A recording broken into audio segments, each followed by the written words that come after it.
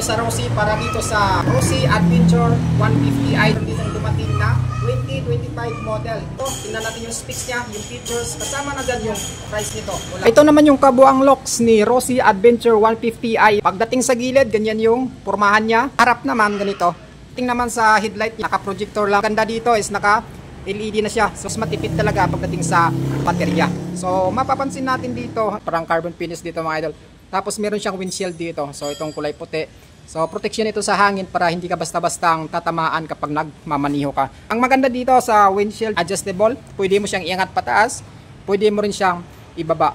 Tapos pagdating sa signal lights niya, ito maliliit lang. Flexible siya mga lods. Tapos pagdating naman dito, LED na yan. So matipid siya pagdating sa baterya. So maganda kasi sa flexible, mag siya basta-basta na nababali. Dito naka-glossy red. Tapos makikita na natin yung specs ng motor dito, yung 4 valves niya, tapos yung 150i.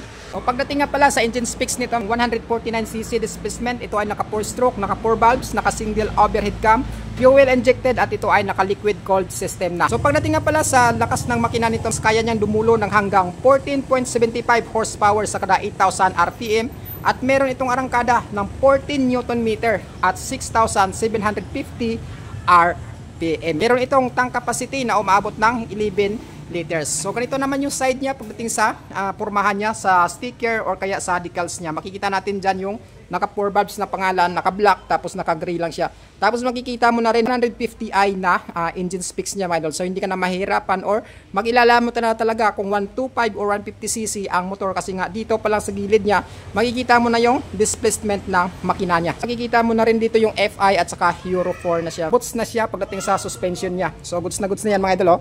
Hindi siya basta-bastang mapapasukan ng mga buhangin or mga dumi-dumi. So meron na rin siyang reflector dito sa gilid. Dagdag visibility ito pag nagbabiyahe ka sa gabi. Pagdating naman sa fender niya, naka-glossy red dito.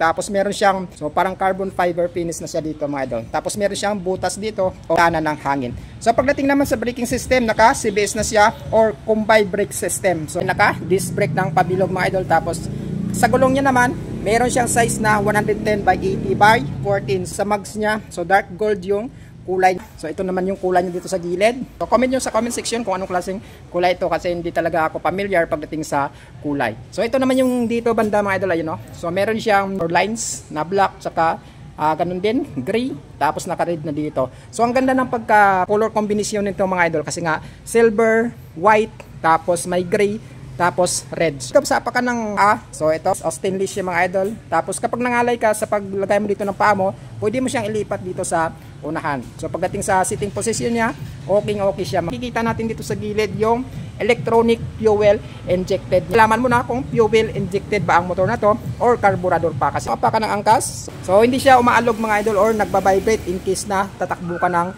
mabilis. Pagdating naman sa bilis nito or sa top speed nito, kaya niyang umabot ng 100 km/h. Pagdating sa side stand niya, wala siyang side stand kill switch mga idol. Wala tayong makikitang switch dito. Tapos pagdating naman dito, meron siyang center stand. Tapos ito naman yung CDT niya dito. Ito naman sa gilid niya, makikita na natin dito water cooled. So naka-black. Tapos may lines din siya na black dito. Tapos meron siyang red dito mga idol na lines. At makikita natin yung pangalan ni Adventure na kulay white. At yung X niya, makikita natin sobrang laki. Yan mga idol. Naka-gray. Yan, X. Ito sa likurang bahagi ng kanyang gulong. So ganun din. Ito ay naka-tubeless syempre. Meron itong 130 by 70 by 13. Mas maliit itong gulong dito sa likod na 13 size. Pero mas malapad naman. Ito naman yung disc brake niya na nakalagay dito. Goods na goods yung braking system niya kasi nga harapan sa kasalikuran is naka-disc brake na siya. Meron na rin siyang guard para hindi basta-basta papasok yung mga dumi doon sa loob. Tapos mayroon siyang suspension na coil spring. So, isa. Tapos dyan naman isa. So, dalawang coil spring meron siya. Pagdating dito sa muffler niya, so, ayan mga idol, meron siyang cover na plastic. So, parang carbon fiber finish din yung naka-cover na plastic niya. Tapos may in-cap siya na, ayan, gray. Cooling system niya naman, makikita natin. So, ayan. So, naka-liquid cooled system. So, ito yung pinder niya mga idol, So, plastic na, makapal. Tapos, ito naman yung temporary plate mo kapag kinuha mo ang motor na to. Meron siyang reflector dito at meron siyang konting ilaw. Ayan, may ilaw na rin siya dito. Tapos signal lights niya sa likod is naka-LED at saka flexible. So hindi siya basta-bastang mababali. At tingnan mo yung taillight niya, napaka-astig. So LED yan. Ito yung grab bar niya na astig dito. Pero ganito lang siya, pahaba. Yan, tapos pinotol dito banda. So, yung kulay nito at saka kulay dito is parehas lang. So, ito yung upuan niya sa driver side, dito naman sa angkas. Mas malalim dito sa bandang driver side niya mga idol at naka-upright position yung pagdadrive mo dito. Hindi ka na basta-bastang mangangawit dito pagdating sa long ride. Yung harapan niya, so ayos, meron siyang traditional key push at saka open. So, wala siyang shutter lock pero meron siyang pocket dito na maliit. So, sa manibela niya, so ayan, may in-bar siya dito. Sa kabila, meron din siyang in-bar. Pagdating naman sa mga switches niya, mga idol, makikita natin dito yung fast light. So, ito yung high beam, low beam, turn signal lights. So, tapos ito naman yung horn niya. Dito naman sa kabila, makikita natin yung patayan ng makina. So, meron siyang headlight na patayan sa kasindi.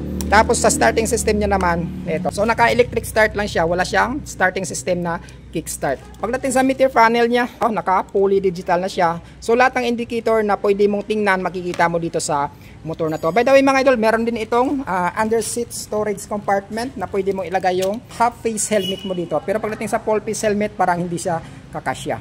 Meron siyang updated price ngayong month na to na 110,000 pesos sa cash. Tapos sa down niya naman is 10,000. Pagdating naman sa installment niya, meron siyang 10,660 sa 1 year, tapos sa 2 years is 6,035.